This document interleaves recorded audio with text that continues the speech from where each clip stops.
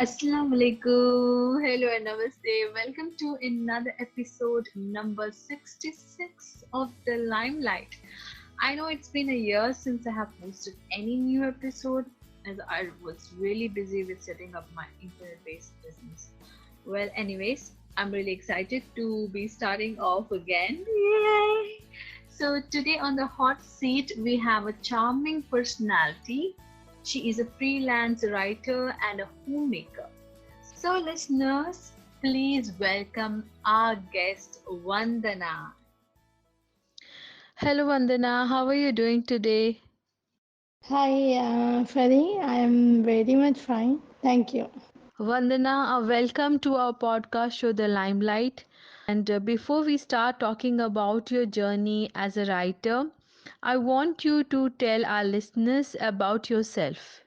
Thank you, Ferry, for inviting me to the show. I'm a homemaker and I'm a passionate writer. I love blogging. Well, that's really nice to know. I know you are a passionate writer. So let me ask you this. What ignited in you the passion to be a writer? When I was in school, maybe fifth or something, I was a great fan of Shah Rukh and Kajal and all that. You know how kids were like, fantasy world. And you remember there was some serial called Genie, old serial. And what I did was I mixed Shah Rukh and Kajal plus Genie and her boyfriend in one story, and I made a story. I was in fifth or something. And so I was in Trivandrum, I was studying in Chinmaya, and then we shifted to Udupi, Karnataka. And I was there I was admitted to the school there.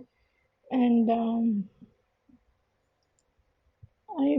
like almost end of sixth standard, I felt all these teachers were very loving and caring, and I could speak anything to them openly.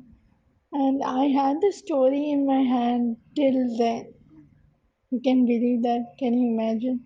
I had the write up of the story in my hand ever since I was in fifth. And I gave my class teacher to read this. She said, "Give me the book. I'll take it home. I'll read it and I'll let you know how whether I liked it or not." I was quite nervous because I was just in sixth. I didn't know how she would, respond to that. And she knew my innocence, sixth standard, how what I would be going through. It took almost 1 week for her to, respond to that. She said, according in your age, if you have to write like this, you can go ahead with it. You write so well. It's a great thing. Go ahead. Good luck. And I was good in writing, though I was not so fluent in speaking in English, but I was quite good in writing. So she knew how I was in English. That appreciation was like great milestone for me. And then I continued writing, but since I was in school, I didn't get much time in writing all these stories or poems and all. I started writing after 12th, I guess, properly. Because school days, you didn't get much time. Vacation, you go and enjoy with your cousins and all.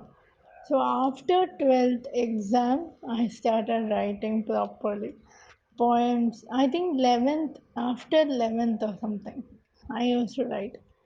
And people, whoever read my books in the sense, my diary, wherever I wrote all these things, they said, "Yeah, you write well, what is there? Go ahead, do whatever studies you want to take up, take. You're good at writing." So that's how I started. But the words that teacher told really was like a spark for me. As you said, igniting minds. It ignited my sword actually. Wow, that's really amazing. Well, people around us, when they see something in us, they appreciate it, and then we come to know, okay, we are good at that. So I think, yeah, as you told, your teacher said such words, and that really ignited you. Well, let's go on to the next question. What is that one topic you would like to write about or express about? Could be most of the time I speak about love, friendship. Yeah, it could be a mixture because I've written in my blog speaking about the different forms of love, like how you could define love.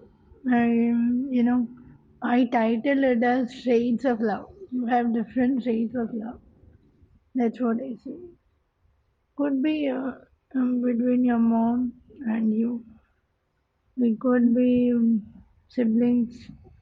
It could be husband, wife. But love just doesn't mean that you are, always spending time together, going out, being in fantasy world. It's not that. That's what I said in the blog. It's not just about, romantic dinners or just moonlight walk. It's all fantasy. It's not real. It can be, but that's not all. I believe love is something like you trust each other, you respect each other. Friendship, you shouldn't be selfish. That only you should have, you should talk to the person, or only you have the right to shout at the person. Not shout, I mean, you have the right to speak to that person, or it's all you and your friend. No, they also respect space. If that person doesn't want to talk, have their own time, give it. Or you cannot demand saying that, "Oh, you should talk to me. Why you won't talk? I'm your best friend." You cannot dominate person. That's not friendship. That's what love between friends. That is also there. So you shouldn't be very possessive. You shouldn't be selfish. Should never be selfish, even in friendship, not in just a relationship or another. Friendship also has respect, understanding, trust. I can go on writing between these two. Love and friendship is for sure, those are amazing topics to write about, because as you said, the love is not only between a couple, it can be between parents, siblings, friends. It has different ways of expressing it. Well, now after this segment, we have a rapid fire where I'm going to ask you four random questions. You can answer them in one word or a sentence, okay? So, are you ready? Yes, of course. Let's begin. Okay, my first question is, who is your favorite actress? In Bollywood, it's Kajol, Hollywood Julia Roberts. Okay, that's nice choice. Well, my second question is, who is your role model? My role model is my best friend. Her name is Raksha. She's in Manipal now. And she's an amazing mother, true companion you could always rely on. She listened to anything you wish to say. That's really nice to know. My third question is, if you were given a superpower, what would that be? That's a nice question, a unique one. That power would be to read others' mind because I really want to know people what people really think about. Maybe good or bad, but I really want to know. I could. I really wish I could read their minds. Wow, even I would like to have that superpower. Okay, my last question is which is your dream holiday destination? My dream holiday destination would be Paris, the city of love.